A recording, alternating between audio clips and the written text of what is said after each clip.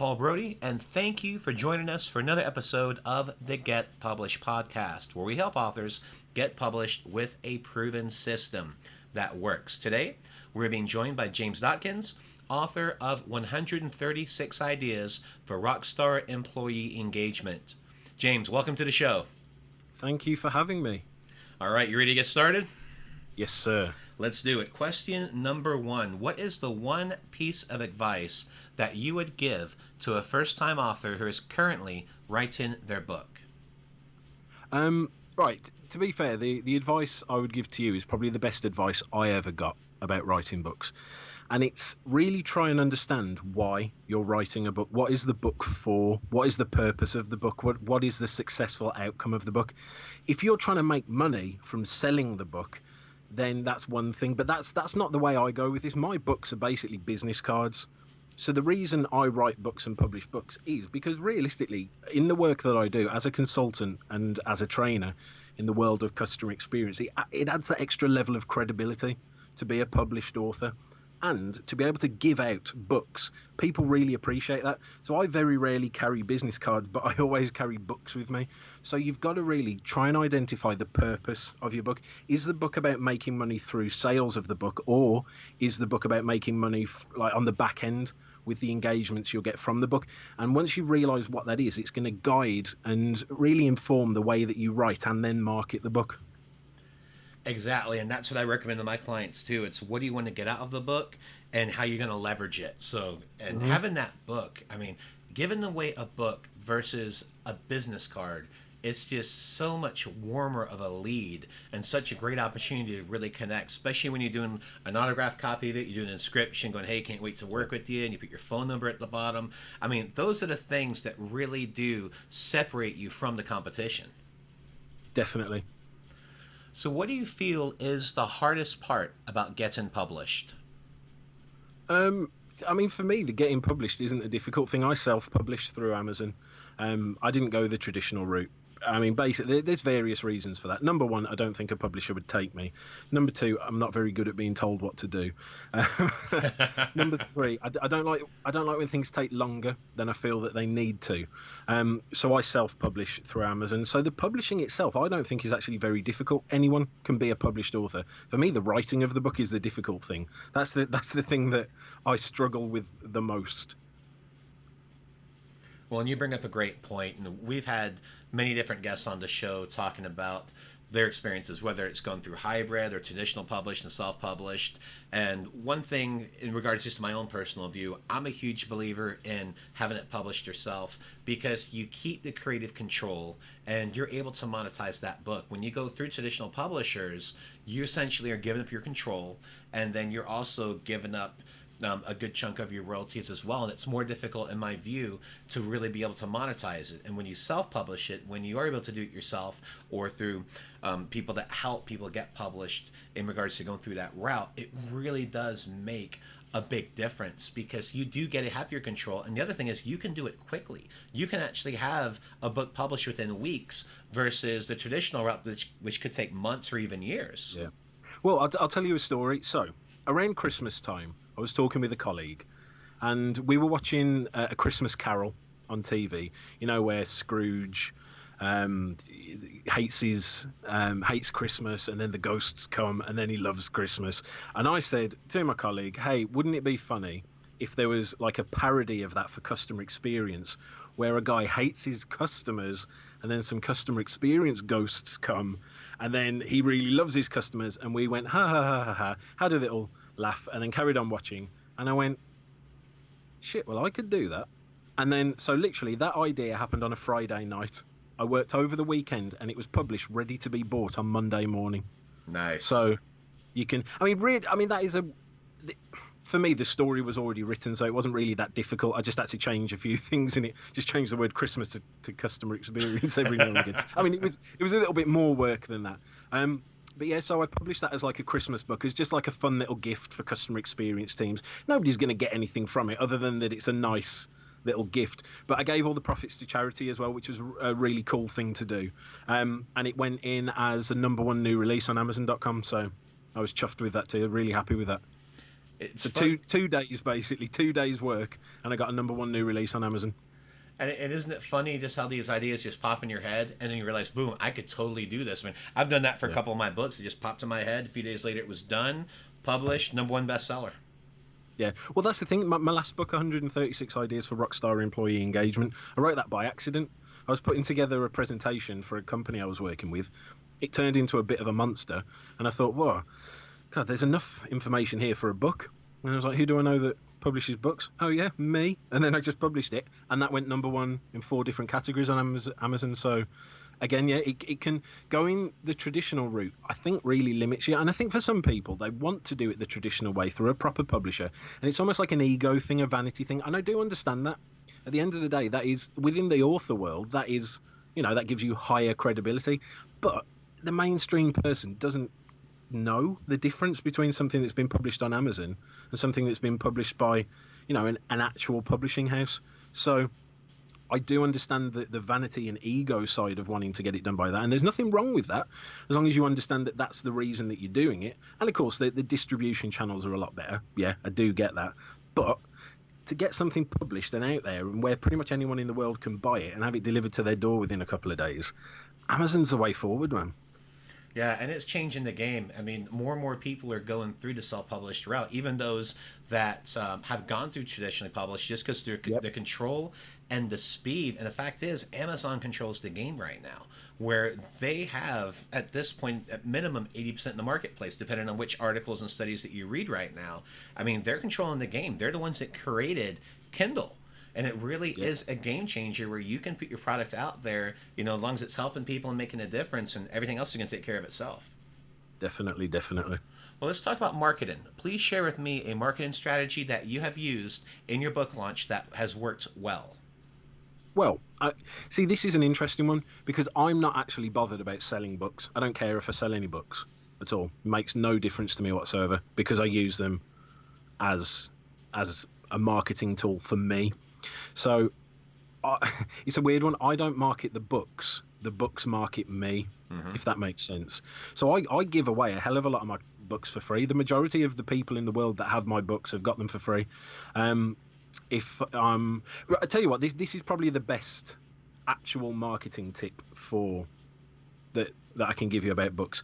If you're ever speaking at a conference about the subjects in your book, so if anybody's listening and they've got a book or they're writing a book and you're not doing this, you should write a parallel keynote speech about the book, like the best bits of the book, and go out there and start presenting it at conferences. When you go to those conferences, talk to the organizer and sell copies of the book for the amount of people that are in the room. So talk to the conference organizer and say, what, there's going to be 500 people there. Why don't you buy 500 copies of my book? Now, they're not going to buy it at full price because that's probably going to be quite expensive for them. When I do it at cost. I don't want to make any money out of it whatsoever. But the reason I do it, so imagine the collateral you get for just the one photograph of a room full of 500 people that have all got your book in their hand, holding it in the air, and you take a photo from the stage. So for me, the biggest marketing thing for the book is to get it into the hands of people in conferences or large events and get a photo with those people with the book in your hand. And then when other people see it, they go, shit, wow, that many people have got his book. Maybe I should buy it too. So that's probably the best advice I've got around marketing a book. I agree. It's totally about lead generation. I use a similar tactic when I speak at conferences where I'll typically be given a session like Motivation 101, which is based on one of my books, or Positivity Attracts, where near the end of it, I'll go, hey, if any of your universities or your companies bring in speakers, come talk to me afterwards. I have a really quick intent form. We can show you how to bring speakers to your company. And as a thank you, I'd love to give you an autographed paperback copy of Motivation 101. And typically we'll have 30% of the room come and see us afterwards. So there's definitely different ways to do that. But I like your tactic as well, where you just give away all the books at cost, because it's total lead generation, because you're giving away a book for free, but you could potentially have a $3,000 or $4,000 speaking gig come out of that. It totally balances it out. Definitely. Well, let's talk about your favorite book. So what is your favorite book, and what was the #1 thing that you learned from it? I mean, I got to level with you. I don't like books. No, that's not true. I don't like reading books. What I do is I listen to books. Yes. I'm a big audiobook a file, if that's a thing. And I find that I managed to really, seriously, if people out there haven't tried the audiobook thing, which I'm sure they have, but if you haven't, it's so good because you're driving somewhere, you listen to a book. You walk in the dogs, you listen to a book. You go for a run, you listen to a book. It like doubles your effective time. It gives you so much extra time. Whereas if you read a book, you've got to carve out some hours to sit down and read it, and you cannot do anything else at the same time. I mow the lawn, I listen to a book. So for me, I don't actually like books, but I like audio books. And for me, probably one of the best ones I ever listened to was one by Tony Robbins, and the name escapes me, man. I think it may have been Awakening the Giant Within, or a combination of those words. Awaken the Giant Within, yes. Yeah, there you go. And the thing that sticks with me most with that is just asking yourself the question, if there's something in the world you want to achieve, all right, and this can be different for every person, but every person out there knows the thing they want to achieve. Ask yourself the question, throughout history, has there ever been a person in a similar situation to you, or a worse situation than you, that has managed to achieve that thing? And if the answer is yes, which 99.9% of the time it is, the next question you have to ask is, then why not you? And for me, that was so powerful, so powerful. The amount of people in the world that are in very similar situations to me, or much worse situations than me, that have achieved amazing things. Why not me? Why couldn't I do that as well? And that phrase sticks with me, 24/7. Why not me? I like that. And let's transition that to our final question, and that is, what is your favorite quote and why? Okay, so my favorite quote ever is from a guy called Jerry Garcia from the Grateful Dead. And this was a turning point for me, because I was doing the customer experience consultancy thing, and I played guitar in a heavy metal band. I toured the world. We released albums. We had a video on TV. I mean, yes, admittedly, it was an obscure heavy metal TV channel that probably like 3 people ever watched. But still, you haven't had a video on TV, so whatever. So I was a rock star. Right, I travelled around the world. I did that. That all fell apart, and I went into the corporate world. And what I did is I put a suit and tie on, I cut my hair, and I acted in a particular way. I acted in a way in which that I thought I needed to progress. And to be honest with you, it worked. I did progress in the corporate world. I did very well. But it worked a little bit too well, where I took stock one day and realised that I was not me anymore. I was a different person. You got to imagine, man, so I'm 30 now. And I was in the band from 15 till about 21, 22. So that's 20% of my life I spent. We did it young. I released my first album at 17. So I spent 20% of my life traveling around the world being a rock star, doing basically whatever the hell I wanted, whenever the hell I wanted. So then to suppress myself into this little corporate cog, I look back on it and I was like, who the fuck is this guy? This isn't me. This is someone else who's very interesting, but it ain't me. And I was going through a bit of a crisis. And when I went into the consultancy world, I went even more professional. I was like, I need to be even more... Nobody... And there would be people that say, hey, did you used to play guitar and that? And I'd be like, shh, don't... Look, I'll tell you about it. Just don't tell anyone. I used to try and hide it. I was almost embarrassed by it. I was ashamed. I thought that no one would ever want to work with me in a corporate sense, having known that part of my life. And then I heard this quote, and it changed everything. So the quote was from Jerry Garcia from the Grateful Dead. You shouldn't be trying to be the best in the world at what you do. You should be trying to be the only person in the world that does what you do. And just everything fell, into place for me at that point after hearing that.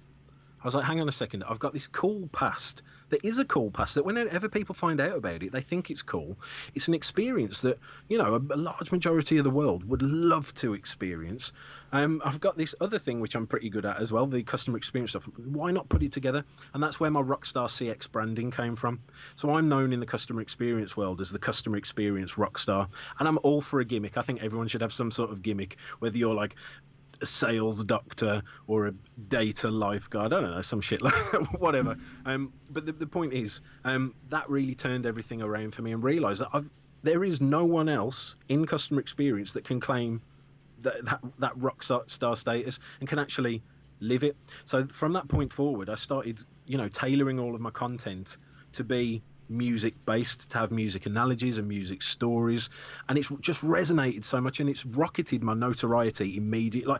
So I started some video content online, and I actually just counted up today how many views I've had, and it's literally to the day been 6 months until from when I switched my brand, my Rockstar rebrand. And my videos online have had 135,000 views in 6 months. And for me, I mean, I know that's not a massive amount. I know other people get millions. But for me, literally to go from average, very forgettable customer experience to consultant to customer experience rock star that no fucker ever forgets, that's been massive for me. So that one quote, I have to say, changed my life, man. I like that. And I do have to do a very quick disclaimer right now. I do apologize for all the listeners if you heard a few F-bombs or S-bombs, but this is the flow of good conversation. So, James, I want to thank you for your passion on that. But I always had to put a little disclaimer in there. But no, thank you for that. And no, that's a great point. And every time I think Jerry Garcia, always about the Grateful Dead and the great job they've done with their branding as well. Mm-hmm. So, James, I want to thank you for being a guest on the show. And what is the best way for people to find you online?